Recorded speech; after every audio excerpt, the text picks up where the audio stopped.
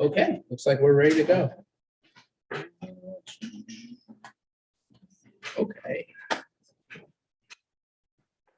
Good, right? Good. I'd like to call the Manlius Town Board meeting for April 27th, 2022 at 6:30 p.m. to order. As always, we are streaming to all the social media platforms and our website. People, if they are joining us via Zoom, if you don't know how to do that, you can find the instructions right at the top of our agenda, and we'll just get right into it.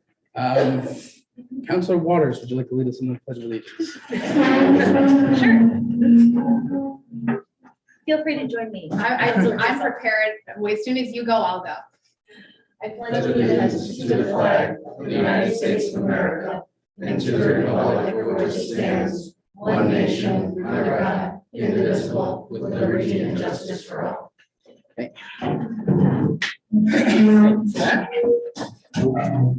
Okay, so next up we have open podium. I know we have one person signed up previously to talk about a speed reduction. That person here. Okay, so then first up we'll have Barbara Henry.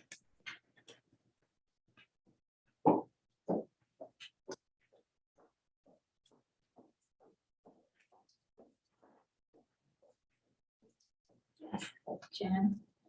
On March 16th,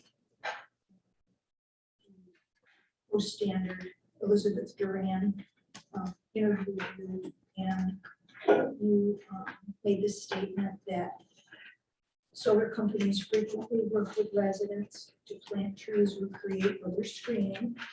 And I also have seen a letter from Doug Miller from an engineering standpoint that the solar projects require screening. And you said that you would work with neighbors to mitigate their worries.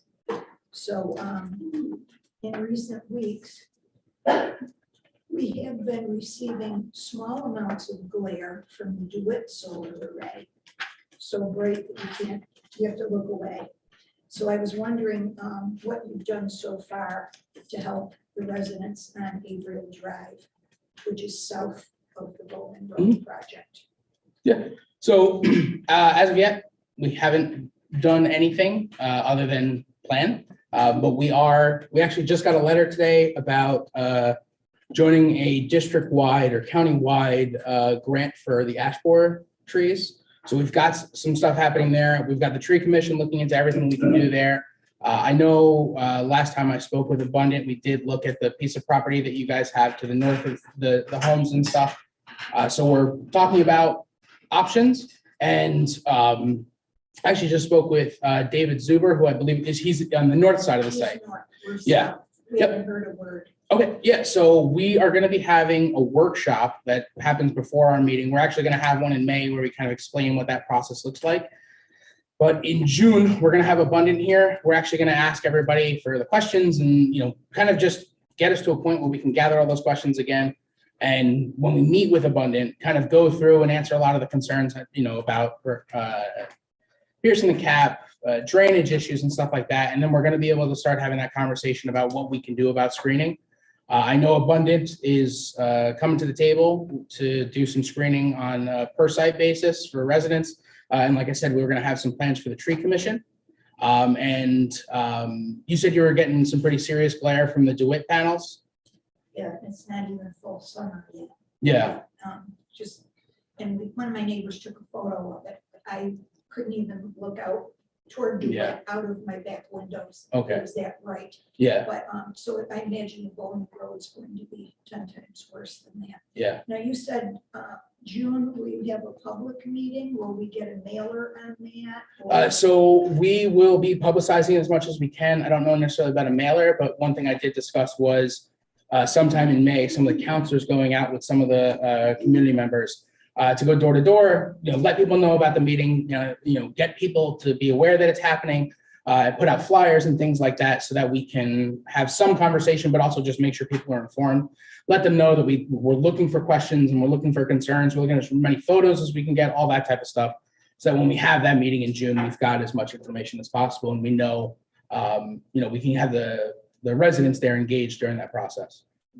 So you'll visit the Averill Drive. Mhm. You and your Yeah, well, I don't know exactly how many of us will be, but we'll be out there talking to neighbors, getting a better perspective on it, and bringing all those concerns back to Abundant and making sure we can really just do our best. And you said Abundant Solar will meet with the town taxpayers in May, or will that be in June? So we'll have them here in June to have that workshop, which will allow for them to answer a lot of the questions that are out there, kind of show what the early stages of the plan are for screening, and then also for residents to ask questions and get any clarification they're looking for. Okay, and what's happening in May? That's when some of the counselors, I don't know when exactly, but we'll be out knocking on doors with flyers, kind of making sure people know about that upcoming meeting, but also having some of those conversations at the doors. I can tell you from a tree commission perspective. So my name's Heather Waters and I'm with the tree commission as is Alyssa, and all of us really are engaged, but we're going to walk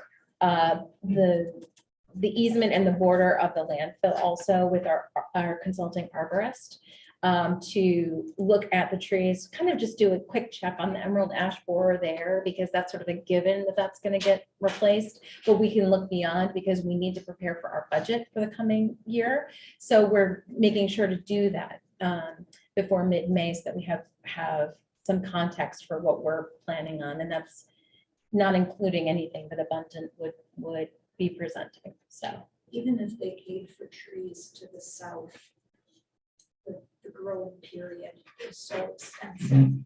Like our elevation is 750 feet or Yeah. something. Yeah. So. we know there are limitations with the screening. Yeah. I think it's important though for considering any potential erosion or drainage or any of those things too, which is it's important to do regardless. And also, I bought my property in July of 2015, and I have a photograph off the deck.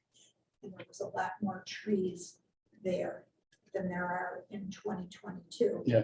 So there are trees that have the bark peeled away and just the great trunk is, so I assume those are dead.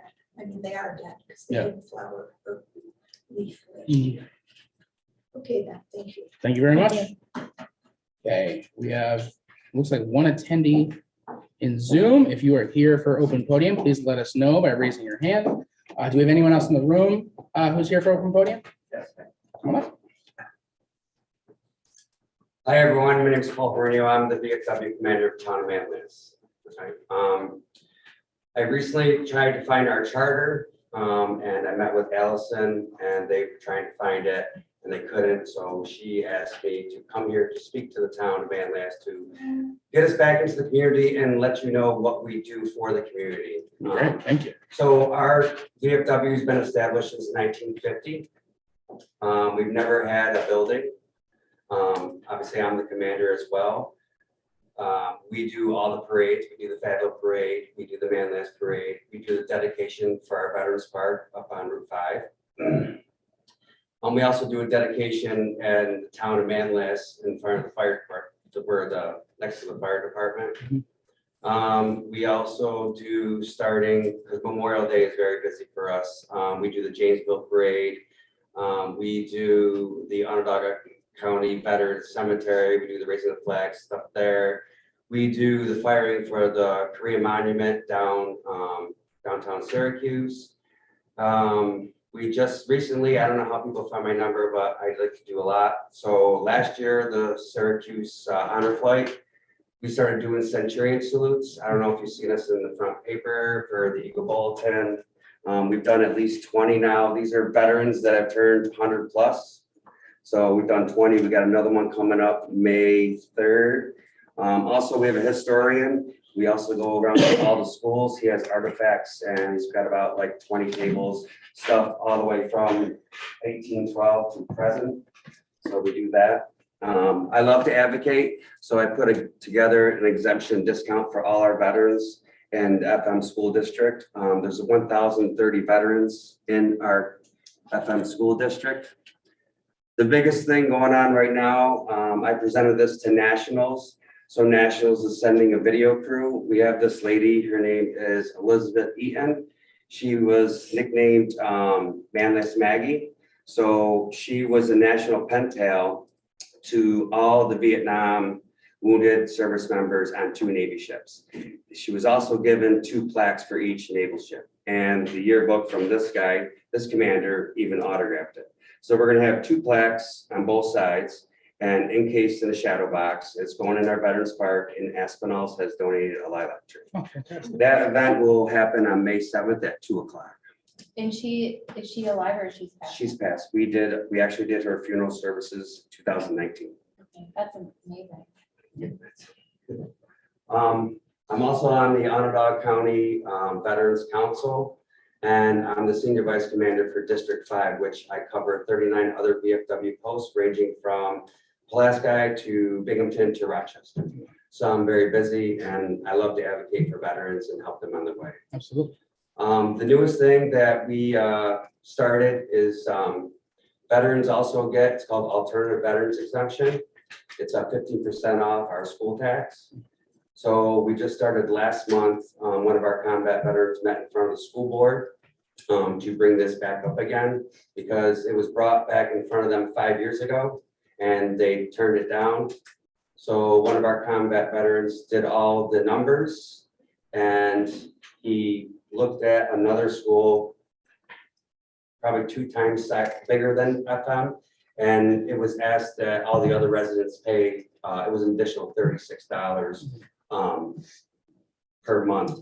So it's not even a third of that. And I really wasn't happy or satisfied with them. Everybody else applauded our speech because I brought 10 of us members with them to support him. And nobody said thank you or thank you for your service. So it was kind of like, let's get up and leave. You know, and I know one of the females on the board, her son's in the Army, so it wasn't very heartwarming. I left my cards here. If anybody, wants information. What I try to do with our cemeteries is every year I try to find veterans, family members that their past grandfather, grandmother, whoever has passed away in these parks, so we can do a dedication and firing squad for them, because we start at 6 a.m. on Memorial Day, and we do 4 different cemeteries. We normally just pick a grave, but I've been the commander for 7 years, and I'm just trying to get everything back into the community to let us know who we are and what we do. Yeah. And we just pick a grave and we dedicate, we put a wreath down, everything. And then we do another firing squad at our park where the fire department lines up on one side. One guy almost tried running through it, but we stopped him. Somebody threw something, I don't know. But this year it's going to be a bigger dedication because we're doing Manlius Maggie with her tree and stuff. Yeah. So if anybody has any questions, comments. Do you have like a social media or anything to promote the work that you're doing? It's funny you asked. So the editor, Jason, I don't know his name or last name, he's putting in the thing in the paper for the Eagle Bulletin for Manlius Maggie this week and next week. So are you talking like Facebook or? Yeah. Facebook, Instagram. I don't do that. No. Sorry, old school. I served 27 years, 15 years Army, 12 years Air Force. So I retired in 2018. Well, what I'll do is I'll grab one of your cards, we'll connect, and I'd love to just, in any way we can help promote what you're doing, Yeah. we can definitely do that. We've got a big social media presence. We'd love to make sure that people know No, it's about gonna what. be what I was gonna offer. Yeah. We could put, like, if we could create a Facebook event or can put it on our website and just then we can share it to our respective social medias, and that certainly would help to get. And like, we could put it on like next door. There's a lot of ways that we can help promote. Right. I just have to check the guidelines with the VFW. Absolutely. I have to like. Yeah. You let us know. Yeah. If it's helpful, we can help. If you don't Yeah. want to do it, we don't have to. Yes, so she asked me to come talk, and Yeah. I don't remember the last time a VFW member ever came to the board meeting, No, we appreciate it. and talked about what we do. So if there's any kind of events, because we also do funerals, we also do folding of the flags, we do the fire squads, that's what we're capable of doing. My great grandfather was in World War II, and we still have his shoes that he wore in Germany with German soil like caked on it. Yeah, And my sister did like a whole report in middle school, and there were all these just incredible artifacts that he had. I never knew him. He died when my mother was just a baby, but there's some really cool stuff that you can learn just like from like the things that people bring back. so you just triggered me. So there's another thing that I advocate. So Scott, my commander of the district, him and I were the first time to ever do a booth at the New York State Fair. And at that time, we picked up 83 new members statewide. On top of that, as this young lady right here, she can become a VFW auxiliary member.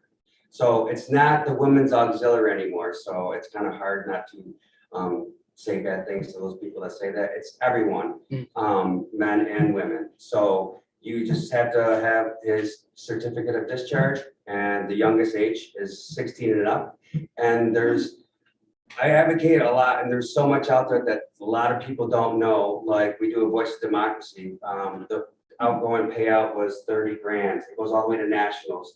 There's a Patriots Pen where you write an essay, that's up to 5,000. There's other things for the auxiliary that kindergartners to fifth grade can do coloring books, and they get gift cards. And there's so much abundant. I just took on a huge bear, because I'm involved, but him and I put our step forward for let's get everybody back to where we should be. Yeah. So with that being said, there's a form SF 180, or I also work with Cindy Miley. Cindy Miley is the Veteran Service Officer, Assistant Director in Onondaga County. And pretty much if I have a problem, I can just call her. What she does is burials. She gets the people's certificate of discharge or DD 214s, because I handed out more auxiliary stuff because there's so many people that want to be involved. Yeah. They just don't know how. And you can have that. I have plenty. Yeah. They just don't know how, and we're just the advocate for those. Yeah. And there's so many people who want to get involved with us veterans, and they just don't know how to do it. Yeah, it's like you're there, but people don't know how to reach you necessarily. Yeah, Well- well, they know how to find my phone number. let me tell you. Yeah. So this is great. I'll get in touch with you via email, and then I would just, we can just check in, and I would like to help you promote as much as possible, obviously, Yeah. depending on what you're allowed to do. And, any way that we can help highlight your organization, I think is going to be great. I want to, see as much engagement as possible. Okay, and it's not just the VFW, it's the VFW auxiliary as well. Absolutely, yeah. Okay, anybody have any questions? The school district is still considering the exemption, if not for this budget cycle, the next budget cycle. Where does it stand with the school? It has to district? be, they have to have it approved by March 1st. Oh, so it'll be for next year. Yeah. Okay, but there's time for them to, We'll be Get there on every board. month. yeah. Yeah. Okay, ESM is in my footprint.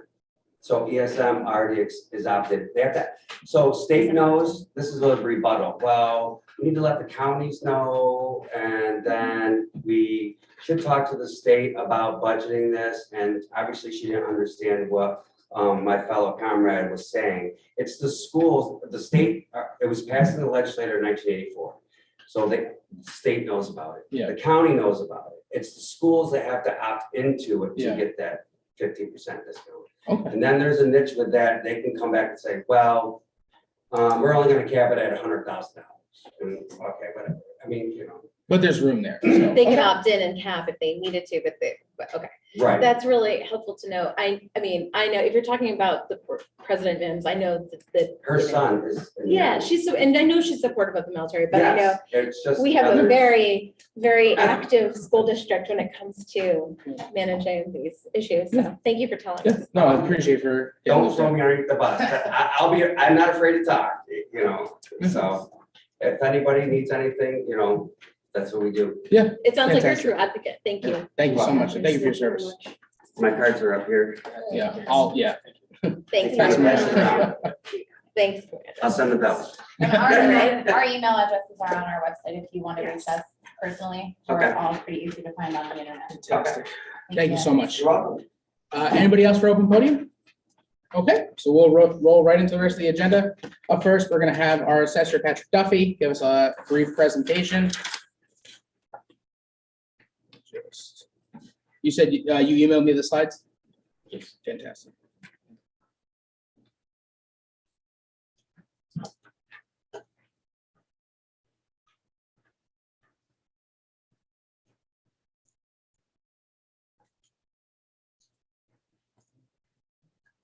You're welcome.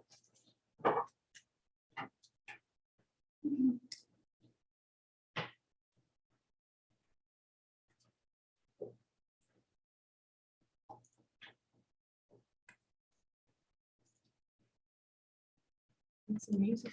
I know, I was just doing. That's Jeopardy. It's too quiet in here.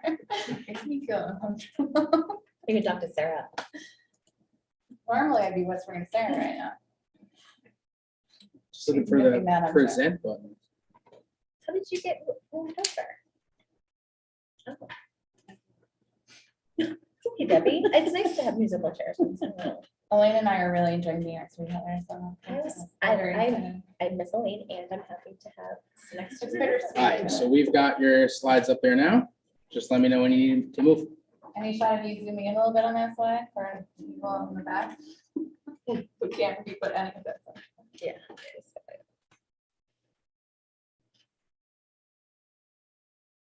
Is there like a present button? You- John, if you click right down here. There we go. Or maybe not yet. If you- Yeah, there we go. Okay. Okay, now cover your left eye. Yeah, and the plus button, like. One or two. My glasses are in the car. I could go get them, but it's hardly worth the trip. Hey, good evening. I was asked to come here and talk about the assessments and where we're going.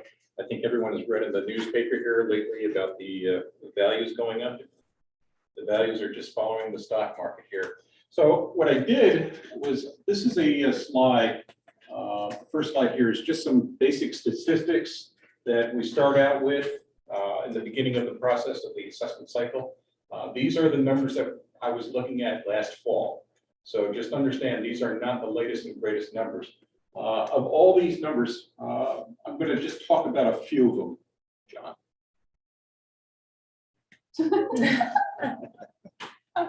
Okay. Here you see the breakdown, the highlighted sections there in yellow. The first yellow line, that's the average assessed value at the time of the sale.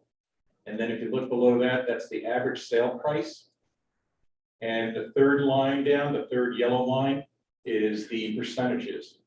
So you'll notice in Fayetteville, for example, the assessments were only hitting about 84% of the sale prices. And it's not because the assessments were lacking, it's because this marketplace was taken off like a house of fire. Overall, if you read across on that bottom line there, basically we're hitting around the 84 to 85% range of assessments to sale ratio. Fayetteville, Manlius, and then what's the place of next one? TOV, town outside of villages. Thank you. Explain that to begin with. And then you've got the town as a whole. John. One of the critical numbers that we take a look at is the COD. It's the coefficient of dispersion. And I'm going to talk about that in just a little bit more detail coming up. But if you notice, it runs in a range between 6.9% and 7.66%. So what is the COD? God knows. This is the measure that indicates the quality of the assessments relative to our level of assessment. In New York State, the standard for the town of Manlius and similar sized municipalities is 15%. The lower you are, the better you are. So if you notice, our CODs right across the board was half of where we should be. I think I need clarification one more time. So the coefficient of dispersion, could you repeat the definition again? It's a measurement of the quality of the assessments, and I'm going to go into it a little bit more detail here. Ta-da. Here we go. All right. In a perfect world, I've got all the assessments at $200,000. And where you see those X's, those are sales that come in, and those sales in a perfect world will match the assessment. John? Oh, yeah. Oh, that I am having flashbacks to the 90s right now. If it spins in next, I'm here I didn't for make it. presentation. I'm here for it. All right. So realistically, we have the sales don't hit that red line, the assessed line. Depending on the power of the negotiations between the buyers and the sellers, some of these houses will sell for more than what they're assessed for, and others will sell less than. right there, you're looking at probably about a 9% spread from that 210,000 down to the 190. And that's the dispersion. That top line to the bottom, the top blue dash line down to the bottom blue dash line, that's the dispersion. That's where the range is. And New York State is saying that we should be less than 15%. And as I said, for the most part, we're within about a 7% range. So we're better than the halfway there from the standard. This is what's been going on here more recently. This is where, again, the red line is the assessed values, and the sales are coming in and they're consistently hitting, with great majority, hitting higher than the assessed values. So when we're looking at the numbers here, and I'm taking a look at this and I'm going, okay, we're consistent, our coefficient of dispersion is fine. There's some other statistics. It's a good shock group. It's a good tight group there. It's just that they're all consistently 5%, 10% above where the assessed values are. If this is the case, if everything else holds true, then we can simply trend every property that's within that given neighborhood. Otherwise, we would have to go and this is still within a trend here. No, this is a shotgun approach. This is a neighborhood that would have to be reassessed in its entirety, single parcel at a time. Yeah. Yeah, just there's no. You're- it's a Sort of rhyme or shotgun. reason, So this is an explanation of COD, not a representation of what's going on in our town. Correct, correct. The other thing to take a look at is that that bottom line there, the PRD. The PRD is a price-related differential. I think we can go ahead, John. Okay. John, if we can go back, I'm sorry. With consistency, we're hitting 1.01 right across the board. So what does the PRD mean, John? Okay. The price-related differential is used to go and determine what group is being hit disproportionately. So in other words, if you have a CO or PRD that's less than 98, then it's progressivity, which means the higher priced houses are carrying the tax burden. If it's greater than 1, then the lower end homes are carrying the tax burden. As I said, we're hitting 1.1 across, or 1.01 across the board. So it's no disadvantage or advantage to one group of property owners versus the other. Okay. We're going to see some pretty hefty assessment changes coming out this year. And people are afraid that this is going to have a dramatic impact on their taxes. They think that if the assessment goes up 15%, their taxes are going up 15%.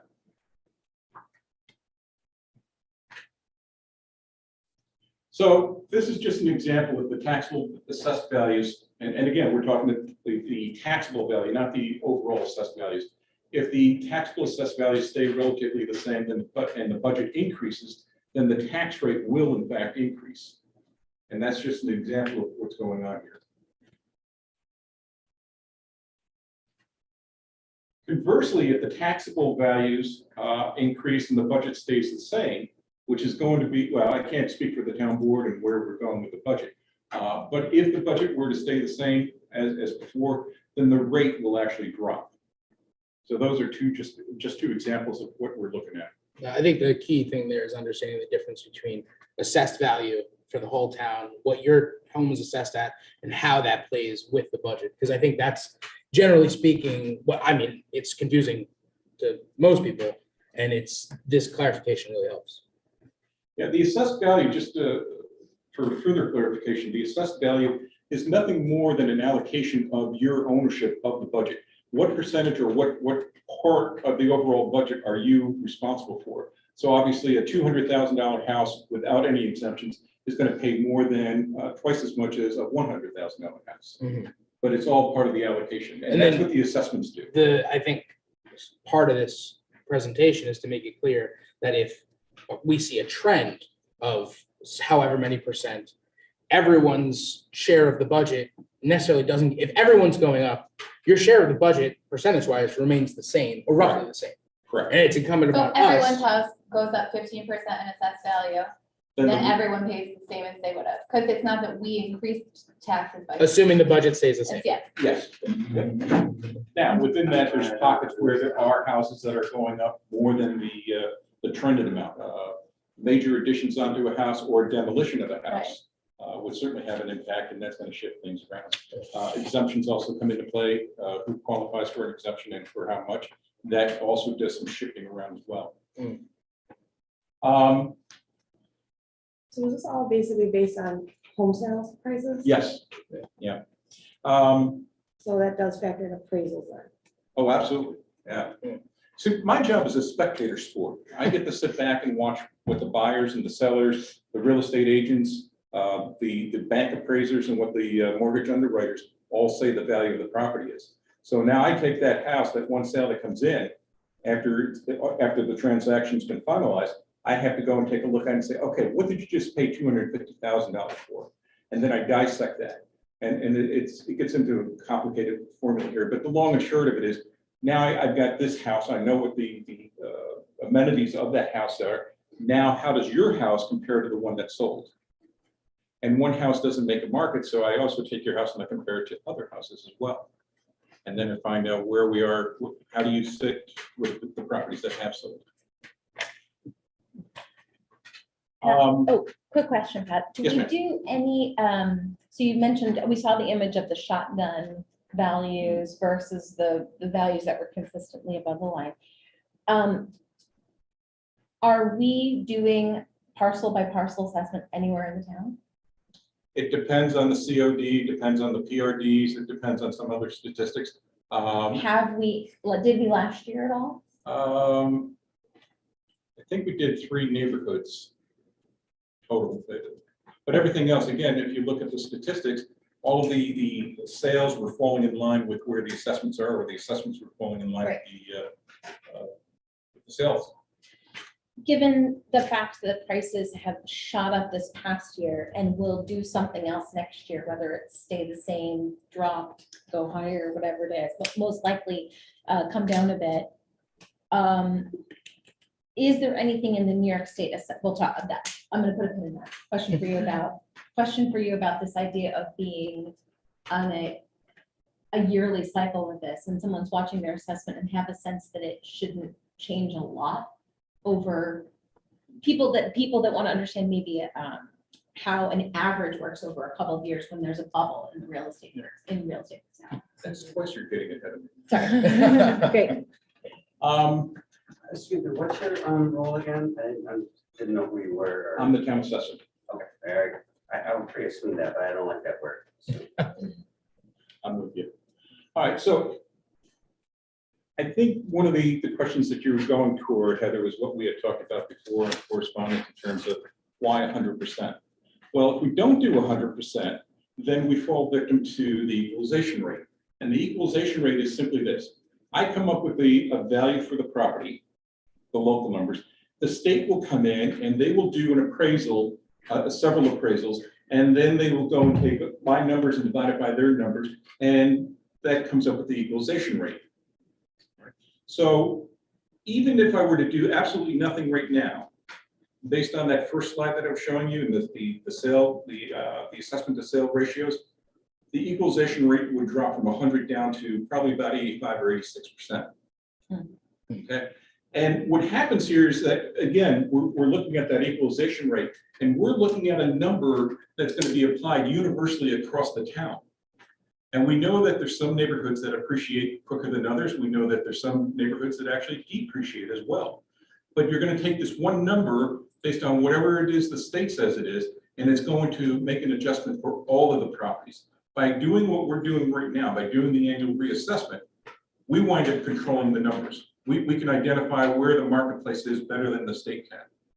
Because they're taking a much higher level approach. And could you just explain why at 80, if our equalization rate was 85%, how does the state use that to adjust what people are paying? Yeah, if I guess the best example would be when I was up in Cicero, there was a road, that Lawton Road, that ran right down between the town of Cicero and the town of Clay. And we had this going joke that the double yellow line, Clay paid payment one line and Cicero payment the other line. The problem that comes into play is that they are at different levels of assessments. So Cicero ultimately did a revaluation. They went to 100%. Right across the street, you have a house in the town of Clay, same exact house, same quality materials, same quality workmanship, same blueprints, and they're at 4% of market value. Actually, they're less than 4 now. So now the question is, they're at a, for example, $100,000 house, and Cicero is $100,000. Over in Clay, it's a $4,000 house. So how do you figure out in terms of the rates there? How do you equalize all of that? And that's what the equalization rate does. It makes sure that the property across the street in the town of Clay pays the same amount of taxes than the property in the town of Cicero. Okay, It equalizes everything. so basically it takes away from the local assessors and has the state kind of come in and take a less delicate approach, might be the right way to say it? Yeah, it's a sledgehammer. Yeah. Okay, this again goes back to an email that Heather was questioning me on. It's a case for if you just hold right there, John. Yeah. So let's say that you're a brand new property owner and you go home and you open up your mailbox and you see an assessment for $170,000. And you say, okay. Not bad, because I just purchased a property for $178,000, and you think that's fine, except your equalization rate is 85%, which gives you a full market value of $200,000. So you think Sorry. so you think, okay, 178 versus 170, I've already got built-in equity, ha ha ha, and that's not a bad deal. But the reality is that you're being assessed as if you're a $200,000 house. So it's a very deceptive practice when you go anything less than 100%, unless you drill down on it, unless you do your homework and you find out what the equalization rate is and you understand the equalization rate, and you divide your fractional assessment by the equalization rate. Unless you do that, you really don't know that you're being taken to the cleaners. So Yeah. what is our equalization rate? 100%. Okay, so people in our town are not having to do this then? You're gonna pay more tax. What's that? You're gonna pay more taxes if it's at 200,000. Right. Right. Yeah, again, when I was up in, when I first went into Cicero 30 years ago, their equalization rate was 7.5%. And some people would get that notice and says $7,500, my taxes are $7,500. It's no, your assessment is. Oh. And it was a great mystery. People Yeah. really just didn't understand. Whereas it's 100% equalization rate means that whatever the assessment letter says, that's what you're paying taxes on. There's Exactly. not some other modifier that's coming in that's affecting your taxes. It's, Exemptions. Like you said, it's for exemptions will transparency. modify it. okay, Veterans exemptions. Yeah. So so the equalization rate, if I'm recalling, was whatever you said the assessment was divided by what the state said the assessment was? If we were not doing annual reassessment, if we went below 95%, the state would then go and impose their own number on us. Okay. So are there other municipalities in our county or region who have this equalization rate impacting their assessments? Oh, absolutely, yeah.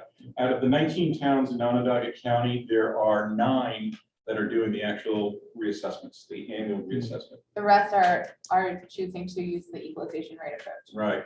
Atisco is down to, I think it's probably less than 1% now. What? Less than 1% of what? That's our equalization rate? Yes, Because property values in Otisco have skyrocketed? the values have gone up and the assessments haven't changed. It's amazing. Well, as I said, town of Clay, nothing against Clay, but the Clay right now is slightly less than 4%. They just haven't changed their assessment. So you'll hear like people in our town will say, my assessment goes up every year. Exactly. But and my cousin who lives in so-and-so town across the county, their rates haven't changed in 20 years. The rate, yes. But it has changed. They just don't realize. it's just Exactly. the change is Because coming from the it's state rather coming than from the an local equalization assessor. rate. It's not Right, on they're the not looking at assessment. their tax bill to see what the state has basically Huh. Correct. called it. Well, see, I learned something today. And isn't there a law that says you can only do an assessment on a property for so many years? Like you can only do it for every 3 years. No. No, we do it annually.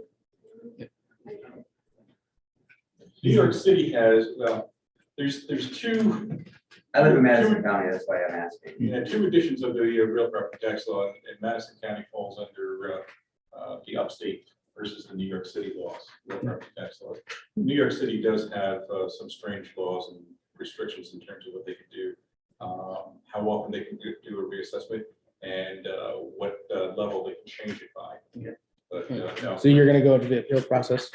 But before we do that, can we just go back to the question that everyone has over and over that we need to direct people to? What does it mean for my taxes? The answer is, it's all about the budget. Mhm.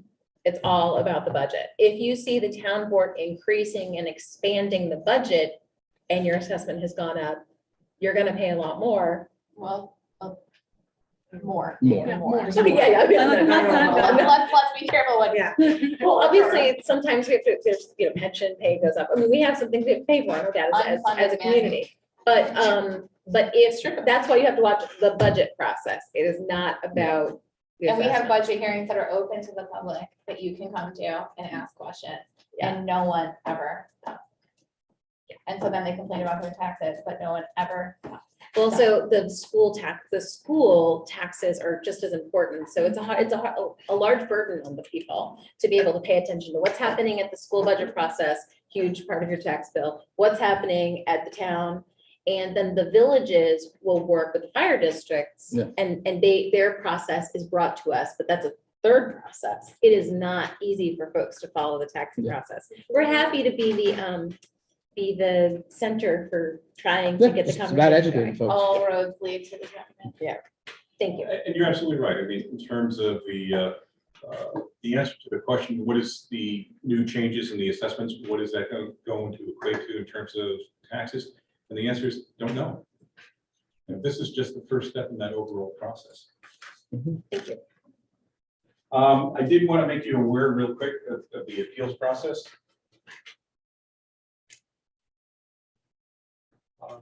We could probably, I'll let you read this. Just kind of a background on the Board of Assessment Review.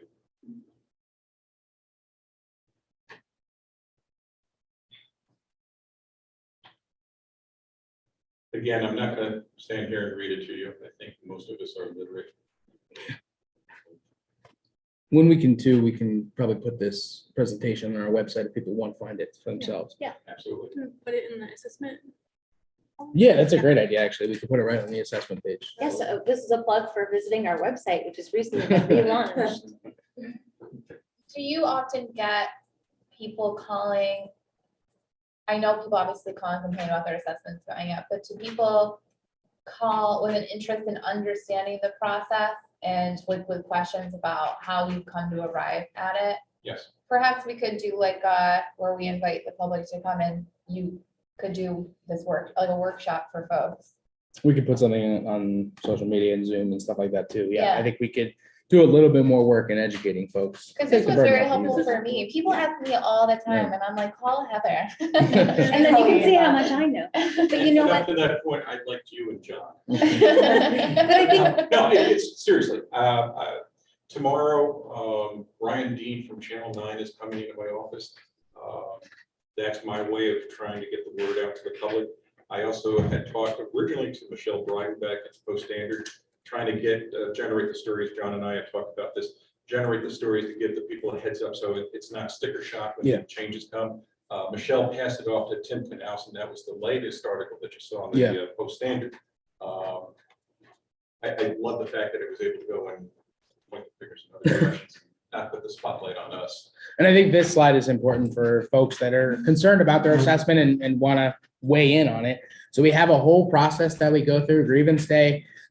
Some things that you did a great job putting them on here. It's the deadline for grievance day is very important. We've had a lot of issues where, the power went out in part of the town one year, so people couldn't print their forms and they missed the deadline. This is something that the day you get your assessment letter, you should start considering, do you want to grieve? Do you want to start that process? Because there's a little bit of homework there. And really, the earlier you get that stuff in, the better. Absolutely, John. We have people who will be coming home from work, the radio will be on, they'll be listening to the news, and it's, oh, and don't forget today's grievance day. And we have people that come in on grievance day, pick up the form and start filling it out. Yeah. You know, and they don't even know what their own assessment is. Yeah. So please, please, please, please do some homework. Yeah, and like, if you need to call and ask questions about the grievance process, please do that. Like, we provide that, as we're mandated to, as a way to grieve the assessments. So Sure. it's, yeah. And if you have any questions, feel free to go and call Heather 555. You can, you One, two, absolutely one, two. can. I think what's really interesting is that because you're doing, there are some neighborhoods that require the individual piece, as you're saying, but a lot of neighborhoods are part of this larger assessment. A single homeowner can come in and say, I want to explain this, this, and this based on these details. And it would be as easy as the board reviewing it and saying, okay, we can actually adjust that. So it doesn't have to be a painful process. for No, folks. absolutely not. And so I appreciate that very much. I think it's important for people to know, there are, Tom Golisano is an activist on this issue. He's somebody who, I don't remember his name of his website, but if you want to look up Tom Golisano and taxes or whatever, he has a lot of resources for Yeah. people that are sort of challenging, want to do advocacy at the state level for changes.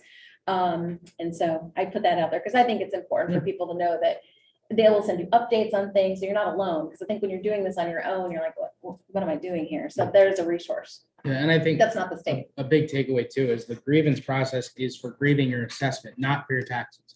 If you want to pay less taxes, you should talk to the town board and let us know and participate in the budget process and give us feedback so that we And can. vote on your school budget, Yeah. because your bill that comes in the fall, that, like, for me, it was several times more Yeah. than the one I paid in the spring. That is 100% your school taxes. That's way the vast majority of your bill. So if you want to lower your taxes, you have to engage with the school districts in our municipality. You will be meeting with the Board of Assessment Review, not the Board of Tax Review. Yeah. So please keep that in mind. And on the side of said, bring pictures of like the exterior, the interior. Yeah, it's the picture. It's worth 1,000 words. Yeah. You come in, you're saying that I've got water down in my basement, take a picture of the water in the basement. You got a roof that's ready to collapse on a second home or whatever the case may be, take pictures. Don't draw, just take a Because picture. really, it's providing details that our assessment team does not have access to. So basically, the goal with assessment is to get as much information as possible and evaluate it. But if people have information that we don't have access to, bringing that to justify why they think their assessments are lower is helpful. And if you went back to that last slide, John, there's a reference to the website. No, I didn't put it on here, did I? All right, if you just Google Onondaga County ImageMate, that will take you to where you can go and check your own inventory, make sure the data is correct. If we have you down for slate roof, well, that's a poor example, but if we have you down for a full basement and you're sitting on a crawl space, that'd be nice to know. That's great. So please check your data. I Google OCFINTAX, and that comes up on the same website. Yeah, we'll update it. This is kind of getting ahead of the game right now, John. I think we're okay with this.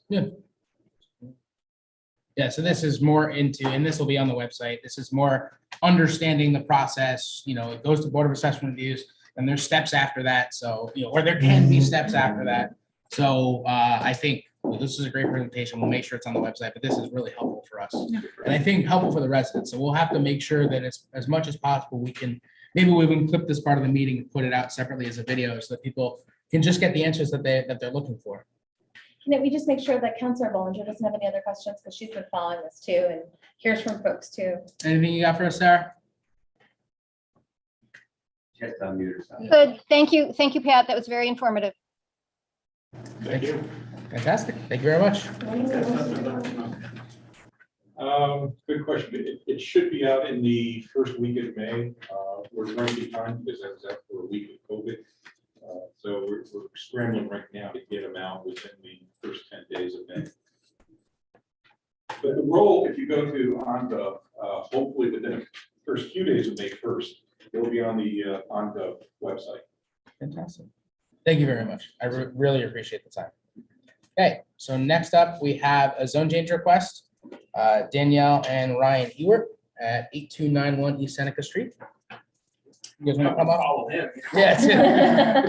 What I am gonna do is I'll just pull up, you guys can start, I'm gonna start pulling up some of the information we've got on the agenda, just so that folks can kind of follow along, but floor is yours.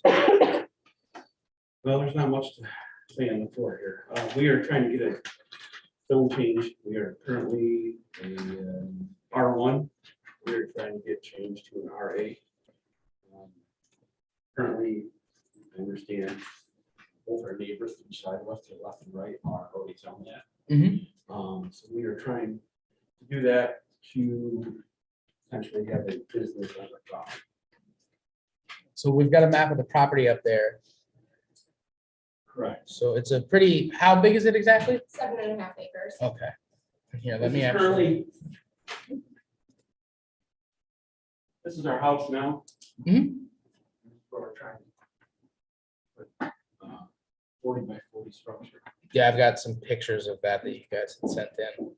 It's a We're pretty, limited to what we have because we weren't sure if this was gonna be approved. yeah, So the more, like, if we were approved, then we could have like a lot more. Yeah. But they also required like 15,000 down to get some of the paperwork, and it's for a dog daycare. Yeah. That's what we're trying to do, So here, so. let me, just so that the councils can see, because just to kind of go over this, do we know, would we be able to schedule a public hearing 3 meetings out, right? Well, no, To get- usually we refer to the planning board. And then schedule, so And maybe then what we we'll do hear- is we'll schedule a public hearing next meeting when we have a better idea of when that's coming back. Yeah. So basically from here, the presentation is fantastic. You know exactly what you're looking for. I am gonna pull up our zoning map, but basically, we're just gonna need a motion and a vote to refer to the planning board. The planning board is gonna look at this. It's a normal process that we go through for zone changes. We send it off to the planning board because they have more insight into what comes down later on.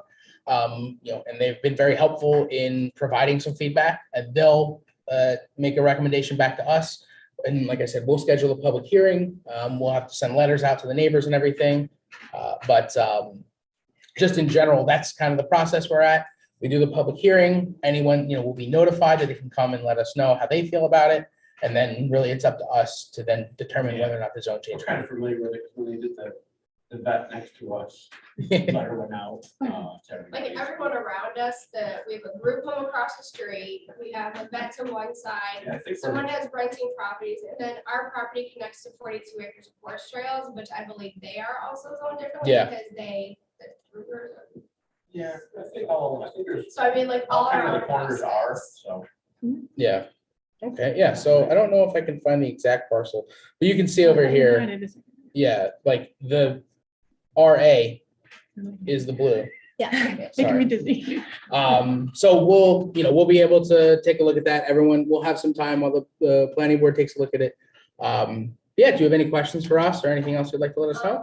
Well, the next step would be the planning board. Yeah, so Okay. we will make we'll ask them for a recommendation, and then they'll put that on an upcoming agenda. You'll be notified, so you can be there. I don't know, do they normally allow kind of like a back and forth with applicants? They want to be able to ask questions. Yeah, so then, they'll be there to ask you some questions and then they'll make a recommendation back.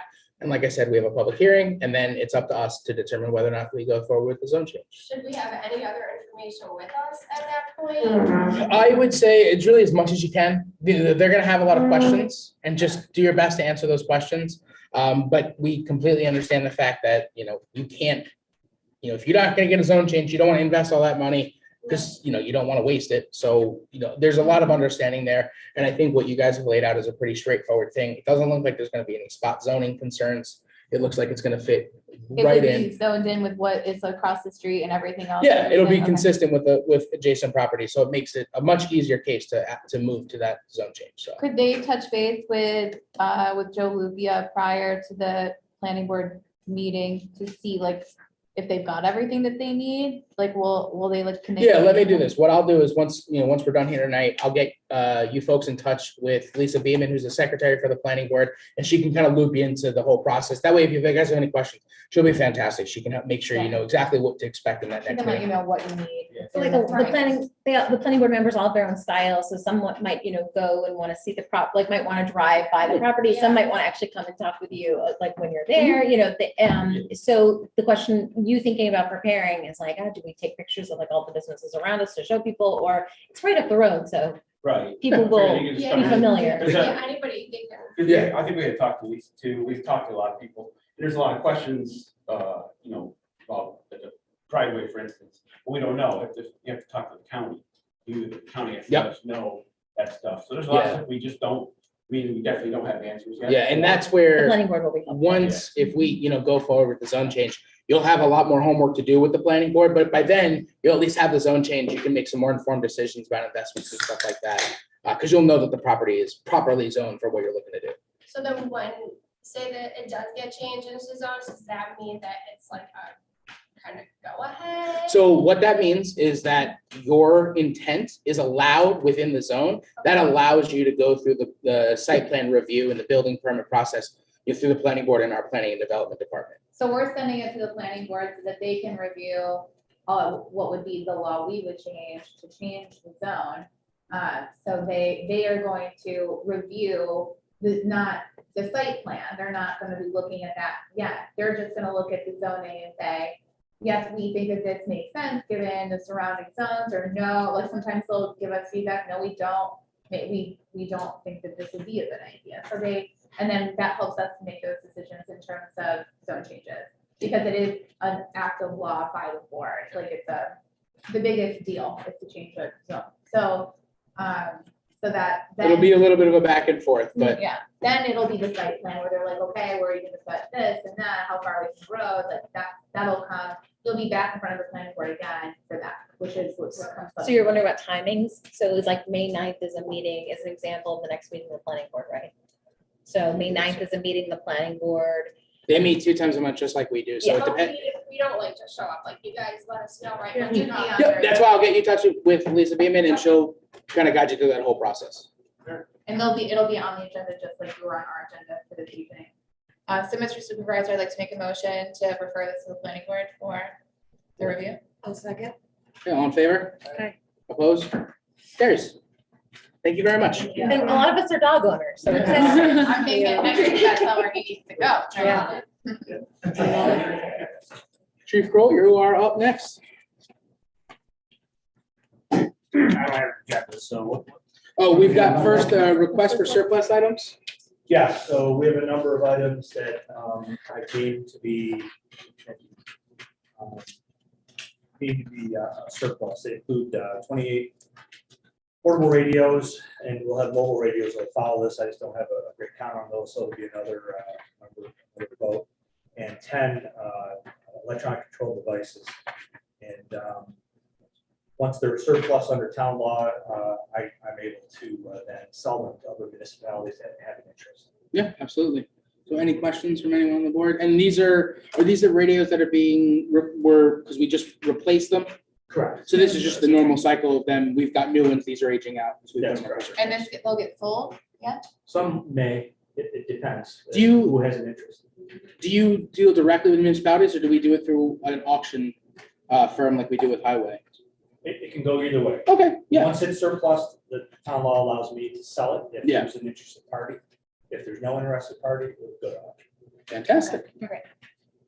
Any other We have to questions? we don't have to do anything, right? No, we need a motion. Oh, I'll make a motion to to declare the items described as surplus, the Motorola portable radios and Taser ECDs.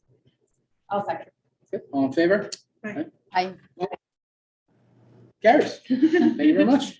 Hey, and next up, we have the hiring incentive program. Yeah, so you probably noticed that there's other agencies, even in Onondaga County, that are offering similar programs. And this is something I brought up to the board not too long ago that we discussed, but it was not approved. However, it's an important program that I think we need to go forward on in order to incentivize officers that are already trained in the trade and try to attract them in some way to come work for us.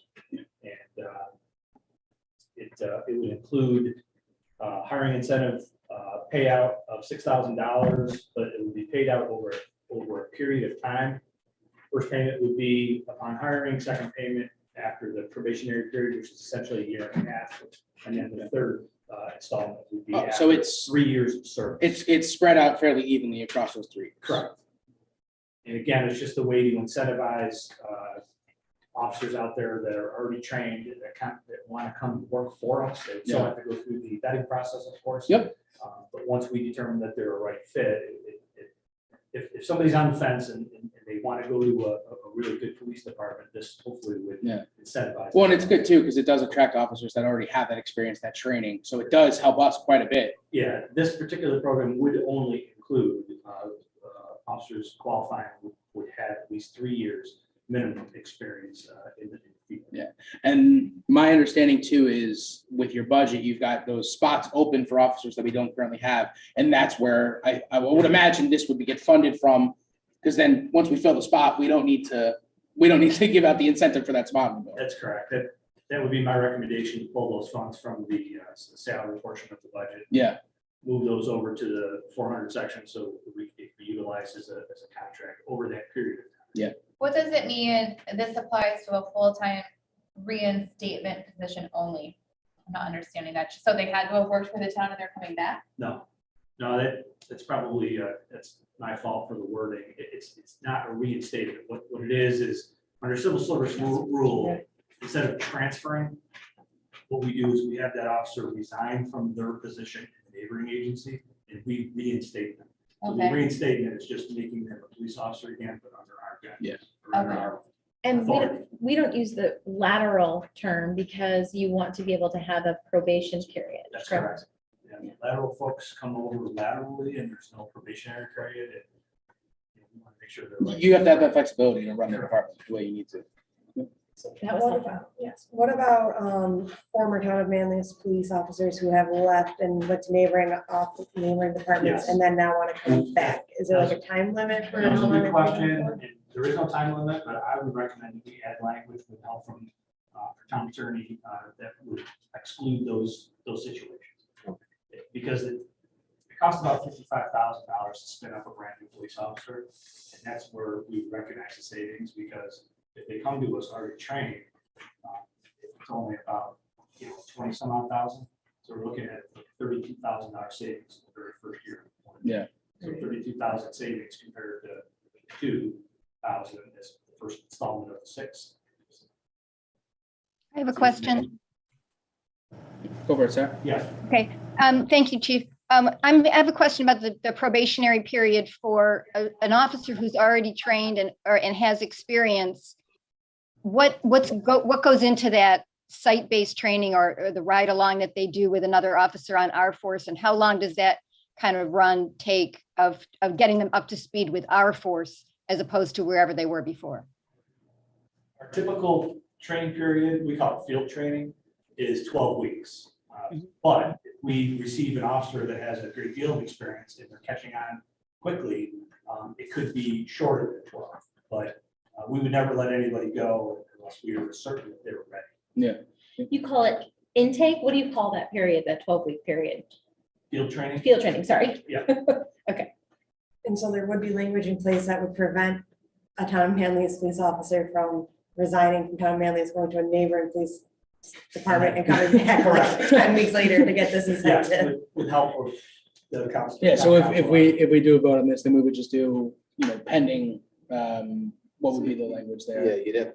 I'd have to craft some language. Yeah, but pending review Yeah. from, Yeah. review and amendment from the town attorney. And you discussed it's a pilot program. You'd be happy to review it. You said semi-annually.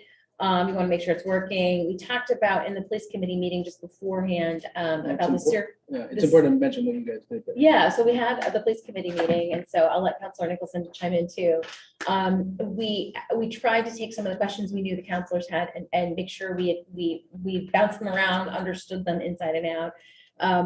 The Syracuse City Police Department is offering a $10,000 incentive for lateral transfers, and that is ostensibly a very similar program when to ours when it comes down to it. So the money isn't a huge difference because of, Not my opinion. yeah, because they're different kinds of Yeah, departments. Yeah. It isn't just us in Syracuse PD that are experiencing this difficulty. It's a nationwide concern. Yeah. When I do assessments for CLIA all throughout the country, it's the same concern I hear from CEOs everywhere. it's just it's a very shallow pool of candidates right now that every agency is dealing with. So it's unfortunately forcing us to offer these types of incentives to attract. Just stay competitive, really. On that, I was wondering too, rather than focusing on incentivizing hiring, shouldn't we be focusing on retention? But just by working on company culture, work-life balance, and et cetera. Because if we focus on retention and our officers are happy and healthy, then I believe that would attract officers from other areas, especially because we're a nationally accredited town police department, and the town itself was named one of the best places to live in 2005. So we do have many things going for us here in the town of Manlius. And if we can focus on retention, then we're keeping our. We talked about this a little bit, and I don't mean to jump in ahead of instead of the chief. I hope the chief will respond to that, but I did want to say that we talked about how there should probably be a distinction when we're talking between retention, culture building, and incentives, that people are at different stages of their careers, the needs for the actual staffing are different. And so, yeah, like in the aggregate, that makes a lot of sense, but in the fine tune, like actually day to day right now, making things function, making sure that we don't lose people who are, or maybe making sure that we can attract people and show them some excitement and incentive that this is a place that cares about, bringing them in. I think that's the goal behind it, that it's different than retention. So, and I know, Chief, we talked about it. I think something that we should consider too is that having a fully staffed police department, especially with folks that have that training that can kind of hit the ground running, I think that plays quite a bit into retention. I've worked in places where you lose one employee and everyone else is working a little harder, you're working extra hours. That has, and some people might enjoy that, but that does have a pretty serious effect on quality of life. And that's why I think, retention is really important, but retention does, I think, get a little easier when you have fully staffed so that that things can work as planned to. I think you have to do both. What is our current staffing right now? I thought we only have one opening. As of today, we have one vacancy. So that's But- pretty. Well, but that's the thing is, We lose on average We have this 3 as to 4 a- people a year. What Yeah. we're suggesting is something we have available, not something that we're going to max out in terms of Yeah. incentive program. ideally, this only happens, we do this incentive program once for each position and it kind of pays for itself in the long term. But it's a tool versus But when I did the calculations, I didn't get the cost savings. I didn't see really a cost savings, because if we're hiring more officers that have experience and they're coming in at a higher salary rate, so really that kind of.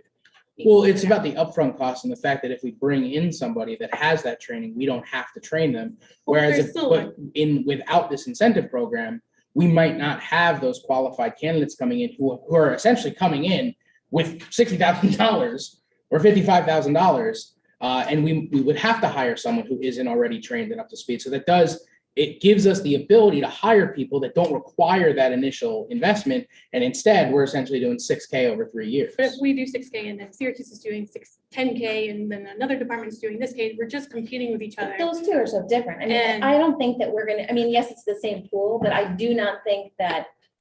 don't think that they're busting at the seams. I think since they announced, we heard they only have maybe one person who's applied or a small number that's applied for this already. I don't see this as a liability for us in terms of a budget issue. I see this as a tool that we can provide in a pilot So my capacity. other concern is that our town is going to be working on an equity pay study for our non-employee union workers. Yeah. And I'm interested in seeing what that study's finding Yeah. is before incentivizing hiring for one department and not others, because we do have Well, we'll openings, I consider the believe, police department. in highway as well. But that equity study won't Yes, but include the unions.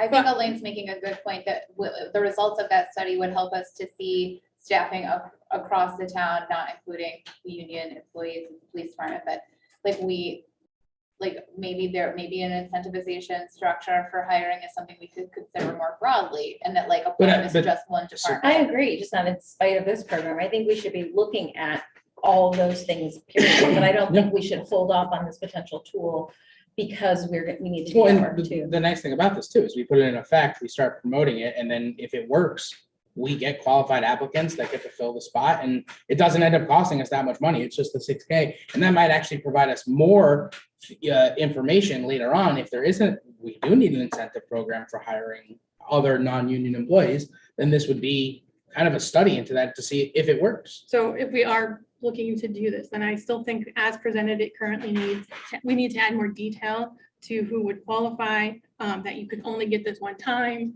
Yeah. That if we Oh, no, implement. yeah, let's make sure we get these in the record so we can have the chief answer. But I would like to look at the language before we. Like. Yeah, not I don't just- want it to just be like as amended by the attorney. I'd like to see that. I'd like to see it. I mean, this is a half a page. There's almost no details. And I think that it's a great start to a conversation, but I'm not prepared to vote on this. So what we'll do then is we'll work on this in the next 2 weeks. We'll put on the agenda for the next meeting. Wait a second. Wait a second. Can I just, Counselor Italiano and Counselor Henderson and I know Counselor Bollinger asked a question, or no, maybe didn't ask a question. It did ask a question. Or did. But I think we should hear from everybody before we move on. Sure, I've had the unfair advantage of being in two of these meetings. I've heard about this incentive program quite a bit now, and we've had a lot of discussion around attraction versus retention. These are two things that have to be taking place simultaneously. This is not a magic bullet to solve retention problems. Although at first flush, it was discussed that it might assist in retention, but probably not. You know, it's money isn't what keeps people on in their job. Culture is. But you know, $6,000 is not a lot to consider for a department to attempt to address incentivizing new hires and see how it goes. I think it's a good idea. And the police committee made a recommendation for this, correct? And that, just so everybody knows, that committee is comprised of some of the town councilors, the chief, and representatives from all the villages too, because it's important that they have a say in what goes on with the police department. They're on that committee to provide that feedback. And quite possibly other departments will also come up with similar incentive programs as most industries in America are doing right now. So it's not an unusual thing that it happens to be chief's program first. It's a pretty modest approach to a pretty significant problem. It's $2,000 a year worth of, it's 3 years, right? So it's 2 unsigned, 2 a year and a half in, and 2 3 years in. is this just for officers or would it be sergeants and captains? And Only for officers. We don't take transfers with rank. Just a couple other. Excuse me. Just a couple things too on the details. Like we said that it would be on a trial basis, so we could just evaluate it. And then the other thing is I was wondering, suggesting the terms to be at the end of their first year, second year, and third year. This way we potentially could avoid a situation where an employee owns the town money. I believe it said something in there saying that. Chief, did you hear that? No. I did Oh, not. sorry. So I just suggest maintaining the term. So instead of getting it on the first paycheck, it would be at the end of the first year, end of the second year, and end of the third year. Because right here, Well, it's actually beyond that. So the way I wrote it up is on signing, which is day one. Yeah. Then upon the end of probation, which is a year and a half. Yeah, and if they don't make it, they don't get that second pay. Correct. this is their first paycheck. My concern is right at the end where it says that if a reinstated officer fails to complete the probationary, they may be required to pay that prorated portion, like that. Yes. It's a little. Yeah, so if we get to the end of the year, at the end of the first year, we were. Well, you're still worried about the probationary period ending. Not the probation, just if we hire someone and they don't make it through the probationary, I don't like just having them refund $2,000 us. at that point, is that what you're saying? No, the probation is at a year and a half. They Yeah. wouldn't get the second check until they completed probation. Yeah. Once a police officer completes probation, they're pretty much locked in for the Yeah. rest of their career. Yeah. So if they didn't make probation, Right. Elaine, I think that issue can be resolved by the attorney. I think there's legal responsibilities about having an employee pay you back. I don't think we can do that, but so let's just put a pin in that for now. Yeah, and we can look to, It's actually written in a way, it's written in a way, and I had the benefit of being at the yeah. committee meeting earlier. So I understand the intent behind that, but it is written in there that you can correct me if I'm wrong, but if somebody voluntarily leaves prior to the probationary period, then they may be required to make the payback. Not if somebody just doesn't successfully complete the probationary period because of performance. So if somebody's asked to leave because of performance, they're not required to pay back. Okay. If somebody says, That's what I was well, I like. got my 2,000 from the town of Manlius, Yeah. so I'm going to go to Syracuse and get my other, 5,000 and just jump around, then there's a you have the potential to get that back. That was the intent. Yes, yeah. All right, so we'll spend a little while clarifying. I know you're here on Friday, so we can, make sure that we get everything in there. Chief will send it to you. We'll kind of work on that language, and that way by the next meeting, we've got something that we're all comfortable. Yeah. And just to again address Councilor Dennis' concerns about protection, I agree. We have a problem with protection. Yeah. But it's kind of a separate issue. Yeah. Because like I said, when I travel throughout the country and do assessments, CEOs tell me there are two major concerns: selection, finding qualified people, and retention. Yes, it's the same nationwide. So, Yeah. and I would love to speak more about that at another time. Once I have another proposal to prepare for the town. Definitely. We are making good steps forward. Yeah. We talked about the police committee. Yeah. And we still have room for improvement when it comes to retention. So I thank you for bringing this, because it shows, we've had these conversations. It's tough. There isn't a silver bullet, but we can take small steps to try and just chip away and make sure that we can keep our department running at the level that it deserves to be running at. Thank you very much. Part of my job. Really appreciate it. Okay, next up, we have Clark Hill Drainage District number 1. Sarah, I believe this is you. So we have a proposal from our engineer, MJ Engineering and Land Surveying Company. And they did some scoping work in the winter for the Clark Hill project, which is a multi-year project that we've been doing in bits and pieces to get through all of the streets in that area with new drainage piping. So the next planned phase is to rehabilitate along Innsbrook Road from Fairfax Court to High Crest Court, which includes Torrington Court and High Crest Court, again, the other half of High Crest Court, for a total distance to be rehabilitated of approximately 1,500 feet. The general scope of work is to replace the existing pipe with the same line and grade and with high density polyethylene pipe. So we're replacing metal with plastic. And it's believed that the storm structures will not require any substantial rehabilitation. So basically we're just digging them up and putting new ones in their place. And for this work, the town will provide the final pavement over. And so that we're not charging a contractor to do the paving, the town will do its own paving. And this work will be excluded from a publicly bid work scope. And so we're bidding it, just us, to do this job. We do have a contractor we worked with in the past. That Sorry, Sarah. That just popped up on the screen. I see. So I would like to invite Highway Supervisor Cushing to say a few words, and then I'll make a motion. Yeah, sir, it's just a continuation of what we've been currently doing the last 2 years. It is a single wall steel pipe. The particular section that we're looking at doing, the catch basins probably most likely will be okay. Like you explained, that the actual pipe itself is probably what's going to have to be replaced up there. And yeah, we are going to be doing the paving. So I know we talked about possibly doing sections of that. So I don't know when we bid this, if we're going to bid that whole process out, the whole 3 sections or the whole next section, or not. That was the only question that I had, sir, is if we were going to try and. So what I'd like to do is, I'd like the town to authorize the whole section for this year.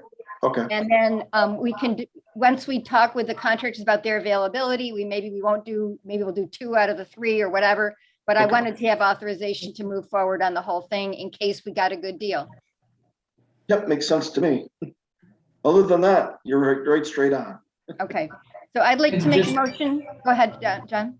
This is for work in a drainage district, correct? This is all drainage district number 1. So just to be clear, what that means is there's a number of people in the drainage district. that pay an extra tax for that drainage district. And then we use those funds to do work specifically in that drainage district because it benefits the district as a whole. Just that any questions about budgeting and stuff like that, it is budgeted for in from the drainage district. Just like Correct. unusual. Just like unusual. Last meeting, yeah. So I would like to make a motion to authorize the 1,500 feet of work on Clark Hill in Drainage District number 1. A second. Okay, all in favor? Aye. Opposed? Carries. Thank you. Thank you. Fantastic, thank you both. Next up, we have Cold Springs Beef Farm Letter of Support. Sarah, I know this one got added at the last minute here. You want to give us some background on that? Yes, so most people are probably familiar with the Gridley Farm, which is its official name is Cold Springs Beef Farm. And they have been in an application to the Farmland Protection Implementation Grant from New York State Department of Ag and Markets. Just to give you a little understanding of that process, it's a multi-year application that has to go through the county farm board, and you don't get to apply unless the county has already reviewed your request and have approved it. So Mr. Gridley was reviewed in December and the county approved it. You then have to get a land trust to agree to hold your land in trust. And then the state will consider whether they would pay the money to the land trust to hold your land in trust in perpetuity. So it's a complicated process and it takes a long time. So the letter of support we're in now is the Gridleys have passed the county, but they are hung up in the land trust section of it. And we would like to send a letter of support to try to move the process along. So do they have a land trust that is willing to hold their land at this time and they're stuck at the state, or they're like, where They're are actually they? stuck at the land trust. The land trust has not yet agreed to take them.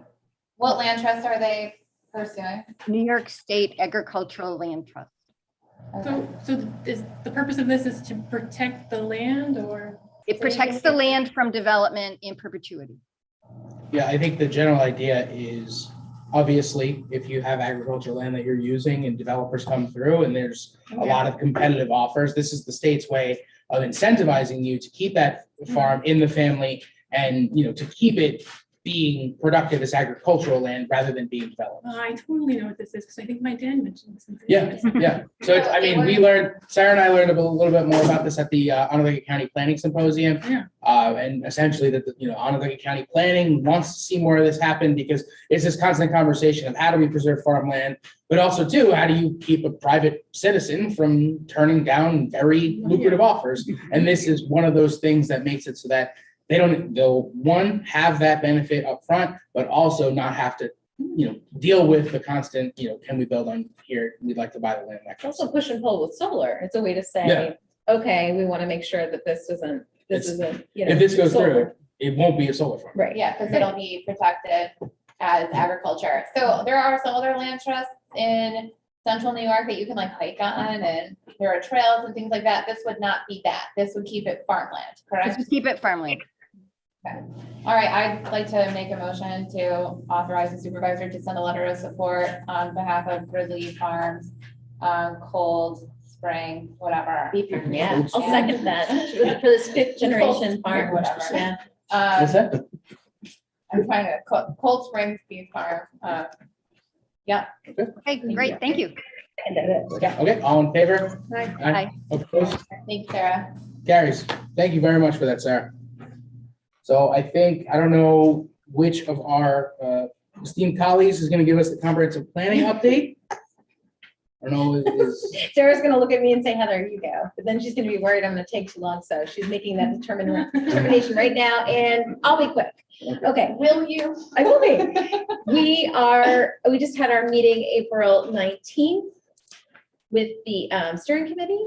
We are going to have a table we've had our stormwater and our quarry meetings. They will continue. Don't forget to visit comprehensive planning on the website to be involved. Sarah, did you answer my text when I asked about the 4th already? Yes, it's on. Okay, so the big event will be at Earth Fest on the 30th. at Fayetteville Library too. But the big thing that we would like you to pay attention to is our sidewalk and greenway, walking, riding, running, rolling conversation on May 4th at 6:30 PM here, which will also be hybrid. Okay.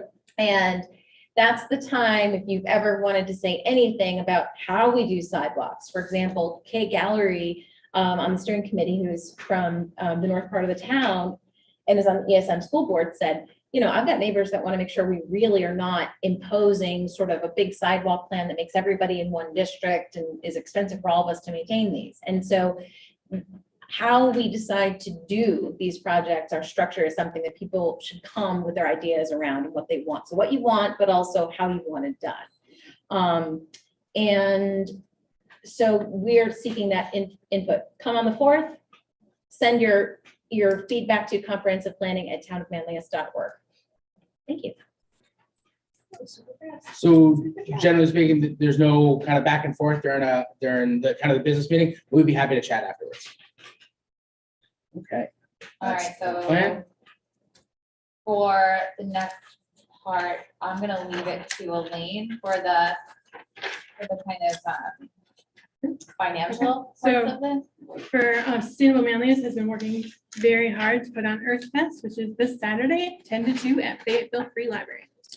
They have been able to raise all the funds from our very generous sponsors to put on this event.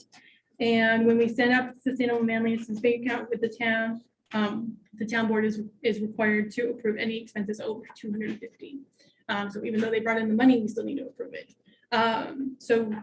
With that, I would like to, can I make a motion to approve the purchases Purchases as presented? Yes. Does anyone have any questions? Yeah, on does the anyone- I mean, yeah, you have a discussion first if you need Yeah. to. No, just kudos that this group got all these amazing sponsorships. I think the big one, who's Whoa. the main sponsor? Kia of East Syracuse. For how much? I believe $5,000. I Yeah, think it was it's 5,000, they're the the $5,000 headline sponsor. sponsor, yeah. So I think, I will say, when we talked about how to set up Earth Fest and sponsorships, I know when we were talking with Tim, me and Tim maybe rolled our eyes a little bit at the $5,000, but the fact that you guys went out there and did the hard work, and I know Eric Bradley, our community chair, has been working Yes. diligently Yeah, on and this. Craig Paul Hamus, who's very active in the community and comprehensive planning in the village of Fayetteville, has been instrumental in doing so as well. It's really the whole, And Jennifer the whole, yeah, Jennifer Stable, Stable's she's also doing fantastic. tree stuff. Yeah, She's She's amazing. there, we have such an amazing committee of professional, engaged, compassionate citizens who are just like, Elaine and I really haven't done very much. That's Like, good. you're- I mean, yes. but that's the whole point of Yeah. Sustainable Manlius, is it is community driven. Right, and it didn't start out that way, but 2 years in, we're getting to that point. I'd say we're there, and it continues to become more so. Yeah. So it's been awesome to see them at work, and they've done such a great job. And what we're hoping is that this event next year will be able to raise even more funds such that it could help to justify a sustainability coordinator position inside of town hall. So it could be like our flagship event that the town's known for. It is the biggest Earth Day event in the county. So aside from the zoos. I'm gonna the Zooms. aside from the Run by- a municipality. There we Gotcha. go. Yes.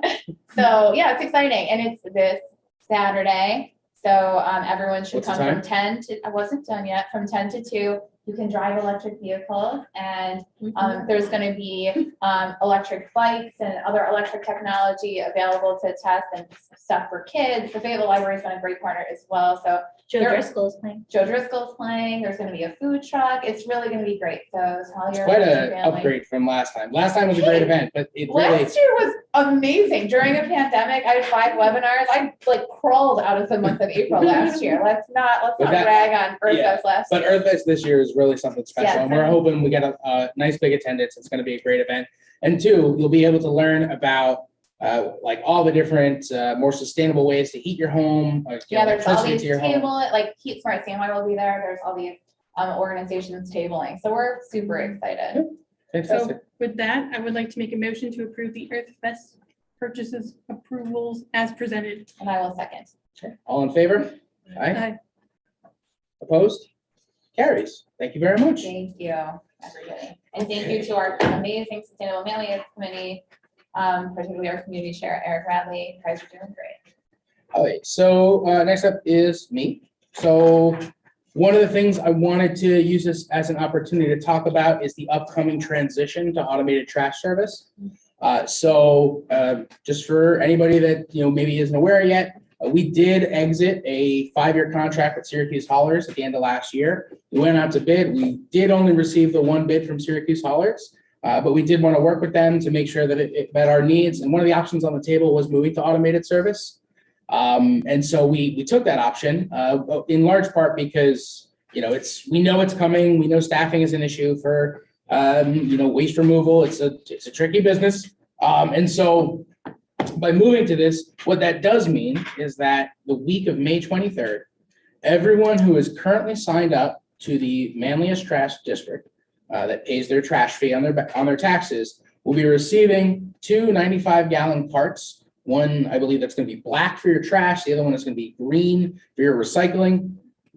The one nice thing about this is something that I think most people in neighborhoods see is your recycling blowing out of your blue bin. It was bad this past week. It was everywhere. Yeah. And so by having that covered recycling container, it's also enormous. So we are going to do some education around making sure you're recycling the right things. Don't recycle your pizza boxes.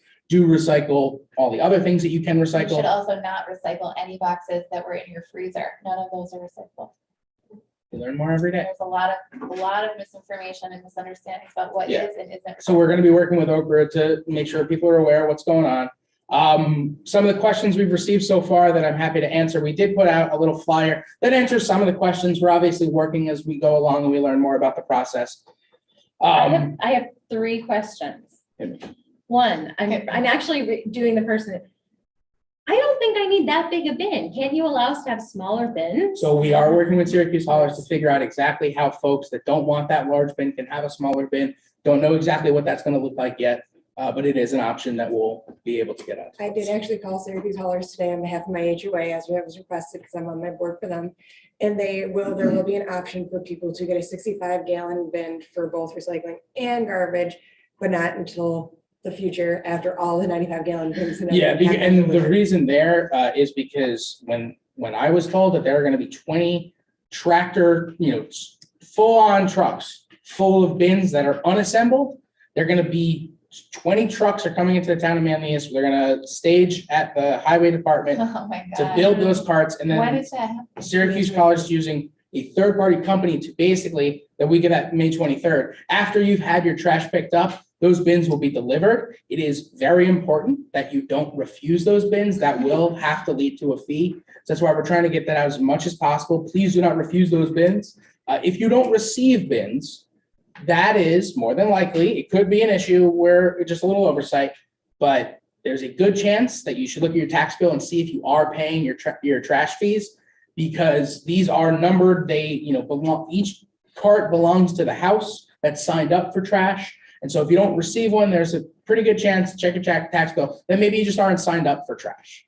And that does happen from time to time where someone will move in and they don't know any better. So they put out their trash with everybody else. Syracuse Haulers doesn't necessarily check the roll, and the trash gets picked up for a while. And then one day when they do check the roll or we do audit it, you find out that you're not paying for trash. Yeah, that could lead to confusion because they're just going house to house to house. Exactly. Right. I have another question. Hey, I have that size bin that does the arm thing already. Can I put out additional trash with my bin? So we are going to be working with Syracuse Haulers to determine what carts that people may already have are usable.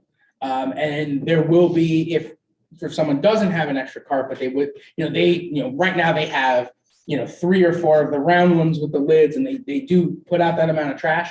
Additional carts will be available for a fee, so that you can put out as much trash as you'd like. And there won't be any increase to the trash fee, just the upfront cost for the cart. Thank you. Jane Citizen, do you have any other questions? I did. What do we do with our old garbage cans? So we are telling, first off, they are your garbage cans, so you can do whatever you like with them. Can we throw them away in the garbage? Listen, if you can get it to fit in the cart and you want to throw it out, by all means. Well, you might want to double check if that's true. If it fits in the cart, it's garbage. And it's garbage. So we will we're suggesting to everybody, first off, use it for brush. Use it for some, find another good purpose for it. Maybe if you do, the bottle returns, you can use it to put your deposited returnables in there. And then when it's full, you take it down to the recycling center and get your 5 cents per can back. Sports equipment. Yeah, I mean, storage. There's a lot of reusable purposes for these. But if anyone determines that they simply want to remove their trash or their garbage can from their property, I believe we have worked with the highway superintendent and he will be able to have a dumpster there that we can drop off to. The other big question is what happens to the blue bins? So we have talked to Okra. Okra would like to recapture as many as possible, broken or in good shape. Are they gonna recycle them? They can be, Giant art project. they can be recycled at scale, but the main goal is for reuse. Okay, but even if they're broken, If they're broken, we will accept those and they'll recycle them. okay, they will recycle those. And then Yeah, they so technically speaking, on its own, it's not recyclable. At scale, they can recycle them, they can find alternative uses for them. Okay. So we want to do our best to support Okra in getting those back. Mhm. The way that we're going to do that is we're going to have drop-offs here at Town Hall. We're going to have drop-offs at the Highway Department. So you can just come drop them off if you'd like. You're more than welcome to keep them and use them for whatever other purpose you like. But really our goal here is to support Okra in getting those back because, the Okra gives those to us to give out to residents. So we're just going to try to get back. And as soon as EarthFest is over, I will be talking to Sustainable Manlius and see if there's any interest in helping facilitate, whether it's community pickups. I'm going to work with Okra and see would they be able to, on a Saturday or a Sunday, go pick up, from maybe 10 locations in certain neighborhoods that people can just I bring wonder their. if we could do like the libraries that we. We're gonna be exploring it. It's a very large project to try to bring those back in. We're gonna do our best. We're not gonna overcommit.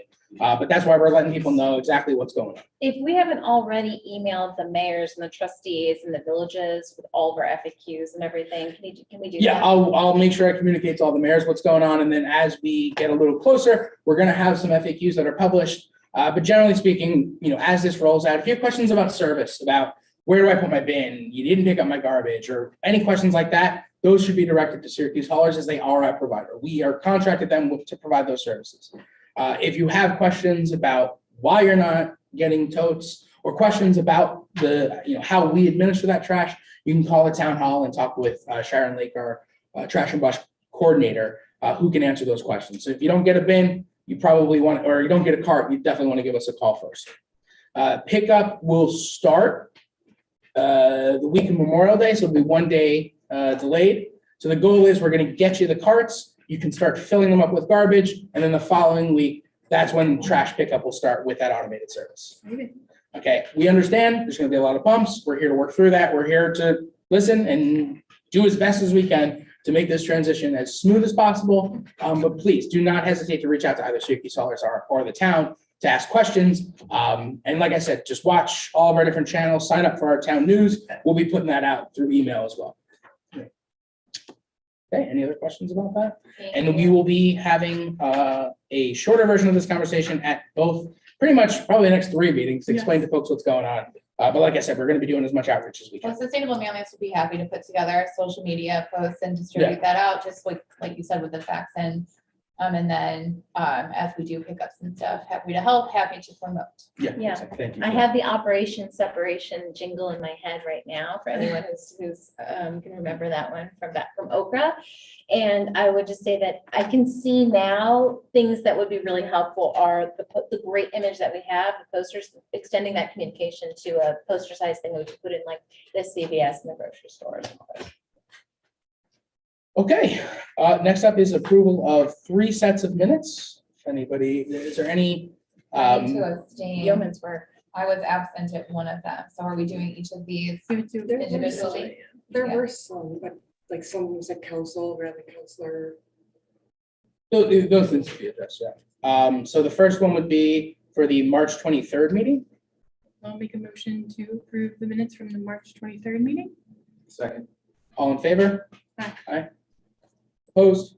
Carries. Next up is the March 31st, which I believe was our special meeting. I have a comment about that. Debbie, if there's just a spelling error that in sphere for the paint thing, just go back and fix that, please. So would anybody like to make a motion to approve those minutes? I'll as make the amended? motion with that correction. I'll second it. All in favor? I abstain. I was not there. Opposed? Carries. And then for our last meeting, April 13th. Wait, was I at that meeting, the special meeting? I was online. It says you were virtual. Okay. That's fine. It says join virtually Heather Water. I'll make a motion to approve the minutes from 4:13. Okay, all in favor? And I abstained because I wasn't there. Opposed? I abstained as well, because I wasn't there. Oh, that's right. So carries. Thank you. Okay, last on the agenda is approval of abstract number 8. Hey, we are, Really big trash bill. so abstract number 8 I would like to make a motion to approve abstract number 8 in the amount of $339,181.59. And the biggie this time was in fact the trash collection. I'll second. All in favor? Aye. Aye. Opposed? Carries. Thank you. Fantastic. And Mr. Supervisor, I'd like to make a motion to adjourn. I'll second. any discussion? I think we've discussed quite enough. Thank Okay. you. All in favor? Aye. Opposed? Carries. Thank you very much. Thank you. Thank you. You were so good to stay for the whole thing. My gosh. Every time I have